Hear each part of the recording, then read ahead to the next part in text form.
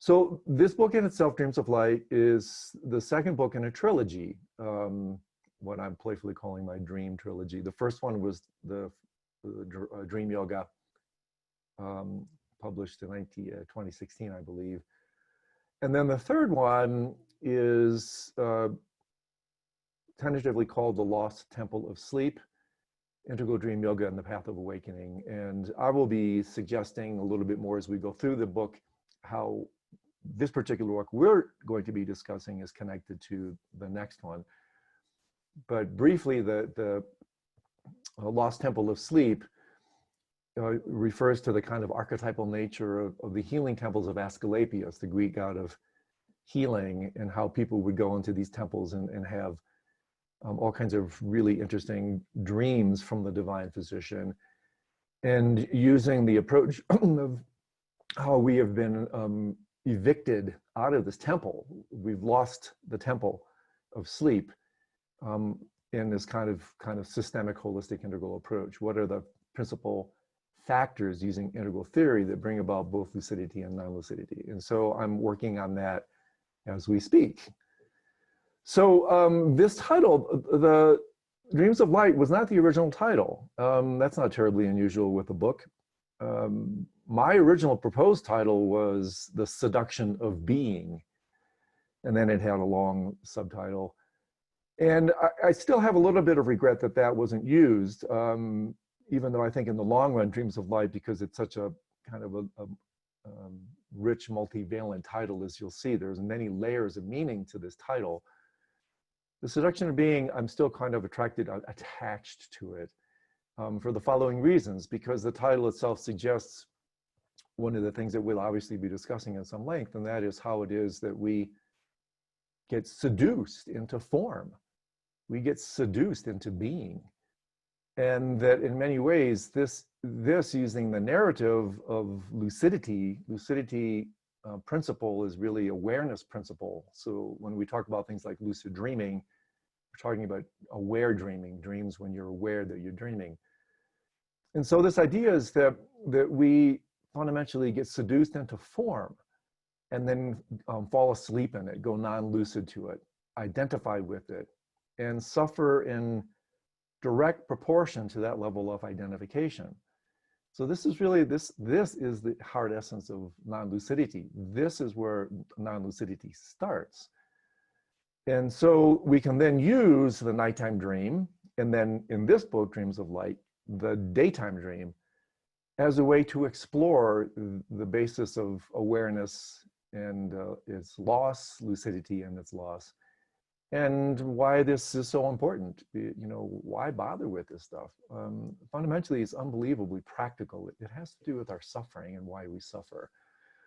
And so the other kind of multi-layered aspect of the book, and I think you'll see this a lot as we go through it, this book on several readings unfolds different levels of meaning. And right off the bat, we can see here, or I'll point out to you, how this immediately connects to Bardo Yoga. So just parenthetically, for those of you who may be new to this business, these Nocturnal Meditations, as I call them, there are 4 of them, and I actually inserted a new one within the last year. And they are fundamentally lucid dreaming. Just as a review, when you wake up, you know, dreaming in the nighttime dream, and you wake up to the fact that you're dreaming. That's called a lucid dream. The one that I tucked in is liminal dreaming.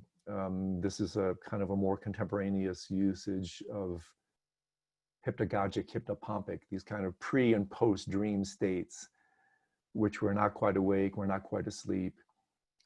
So this is like, if we were to insert one, this would actually come even before lucid dreaming. So there's lucid dreaming, then there's dream yoga, which is kind of more spiritual than psychological. There's sleep yoga, of course, which is when you maintain awareness, lucidity in the deep dreamless state, which, by the way, is being studied now by neuroscientists at the University of Wisconsin-Madison. Really cool study.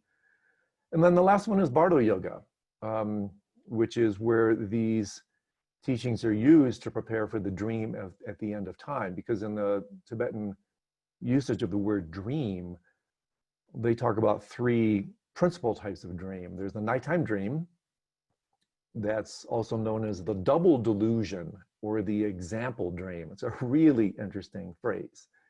The double delusion or the example dream, which then tends to suggest the second type of dream, which is this so-called waking reality. This is the primary dream. And so what we do in the practice of lucid dreaming, and especially dream yoga, is use the processes, the phenomenology of lucidity in the nighttime state. In other words, how we become lucid in the nighttime dream. We can use that as a hint, an intimation of how we can then become lucid in the daytime state. And that's what the Buddha did. And the Buddha from any tradition, Buddhas are just the awakened ones, the ultimate lucid dreamers. And so that's the second type of dream, which is this. And that's what Dreams of Light is mostly about. So I'm going to come back to this one in tremendous detail. This right here is a dream.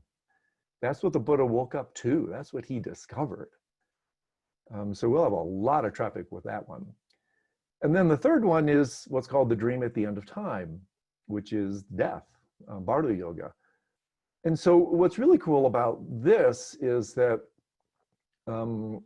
the term that's often used, that I often refer to with the relationship of lucid dreaming and the waking state, is it's kind of a bidirectional exercise where, you know, what you do in the waking state affects what you do in the dream state. What you do in the dream state can then kind of, in this kind of, you know, bidirectional way, come back in, affect and benefit what you do in the waking state.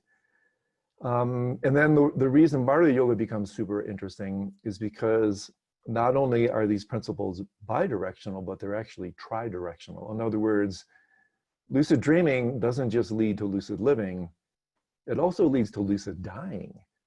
So the nighttime dream, the double delusion, actually helps you wake up to the primary delusion, and then it helps you wake up into the dream at the end of time.